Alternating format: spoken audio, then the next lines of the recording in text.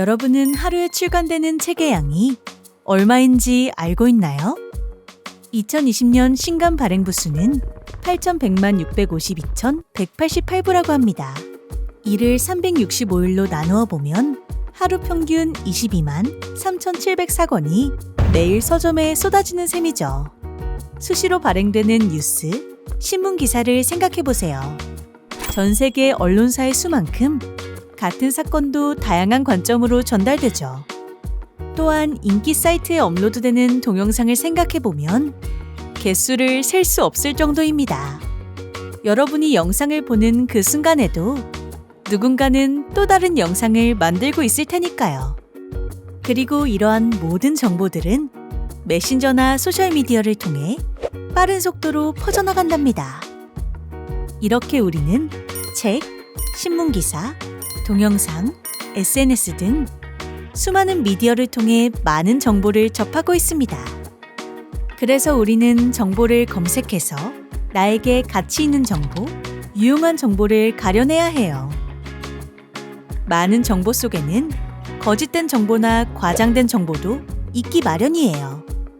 특정 음식이 몸에 좋다는 광고나 기사가 알고 보니 정확한 근거가 없던 것으로 밝혀지는 경우도 있고, 모르는 것을 검색했을 때 저마다 답변이 달라 혼란스럽기도 하죠.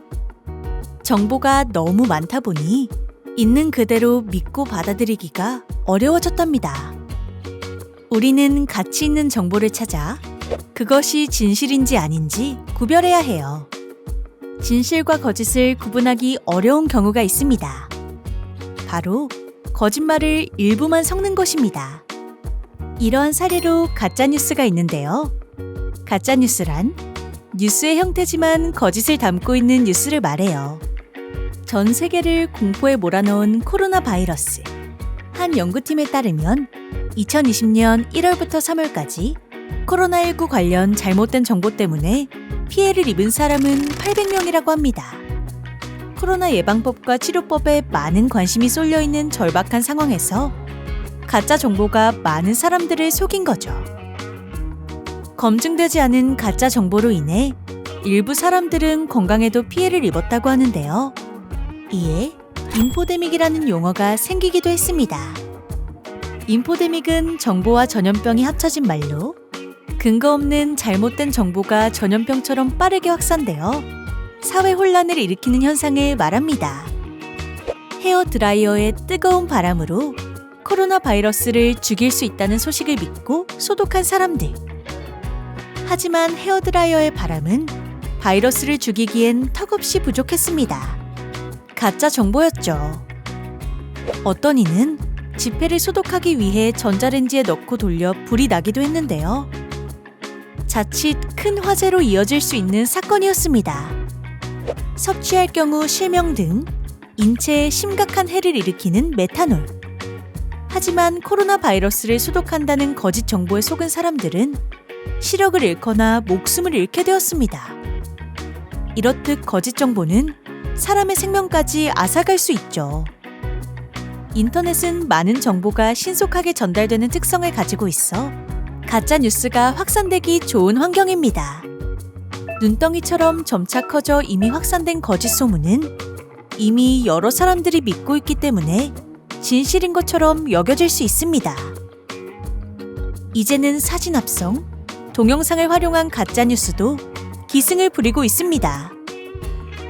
어떤 것이 진짜인지 구별하기 어려운 상황이죠. 합성 기술은 점차 진짜처럼 정교해지고 있는데요.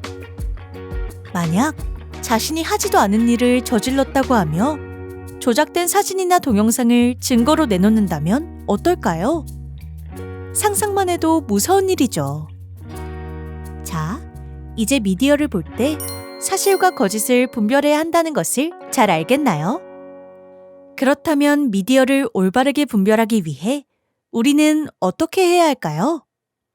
첫 번째는 정보의 신뢰성 확인, 바로 팩트체크입니다. 팩트체크는 1920년 미국에서 처음 등장했는데요. 기사에서 오류를 찾아내 신뢰도를 높이는 방식이었습니다. 선거 과정에서 상대 후보에 대한 근거 없는 비난과 의혹 제기 등이 이루어지자 시민들은 가짜 정보에 휘둘려 많은 혼란을 느끼게 되었고, 이에 사회적으로 진실과 거짓을 분별하는 팩트체크가 필요하다는 공감대가 형성되었습니다. 미국 펜실베니아 대학 애넌버그 공공정책센터가 팩트체크.org를 개설하였고, 템파베이 타임즈 신문은 폴리티팩트 사이트, 워싱턴 포스트는 팩트체커를 활용하기 시작했습니다.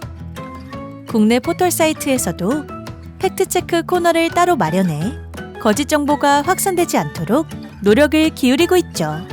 빅데이터, 최신 기술을 활용하여 팩트체크 기술도 나날이 발전하고 있어요. 팩트체크 사이트를 이용하는 방법 말고 다른 방법은 어떤 것들이 있을까요? 한국언론진흥재단에서는 다음과 같은 방법을 알려주고 있어요. 첫째, 뉴스 사이트의 회사 소개를 확인하세요. 먼저 사이트 주소가 정확한지 확인해야 합니다. 사이트에서 회사 소개를 읽어보았을 때 설립자, 설립연도가 명확하게 표시되어 있는지, 회사 소개가 그럴듯한지 확인해요. 둘째, 기자의 이름과 정보를 확인하세요. 기자의 이름이 없다면 출처를 표기하지 않고 가져온 경우이거나 가짜뉴스일 확률이 큽니다. 해당 기자가 쓴 기사가 여러 개가 아니라 단 한 개밖에 없다면 그 기사는 가짜뉴스일 확률이 있습니다. 셋째, 정보원을 확인하세요. 가짜뉴스에서는 보통 한 명의 정보원만 다루는 경우가 많습니다. 심지어 땡땡땡 대학교 교수, 정부 관계자라는 가상의 인물을 만들어 허위 기사를 작성하는 일도 있을 수 있기 때문에 해당 정보원에 대한 확인도 필요합니다. 넷째, 같은 내용을 쓴 다른 매체가 있는지 살펴보세요. A 언론사에서 다루고 있는 기사는 단독 보도가 아니라면 다른 언론사에서도 보통 해당 기사를 인용하여 다루거나 나름 방법으로 취재하여 비중 있게 다룹니다.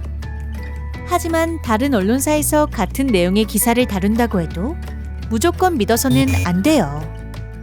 이러한 방법으로 정보의 신뢰성을 확인할 수 있겠죠? 이제부터는 가짜 정보는 깨끗하게 거르고 나에게 알맞는 미디어를 사용하는 일, 지금 당장 실천해요.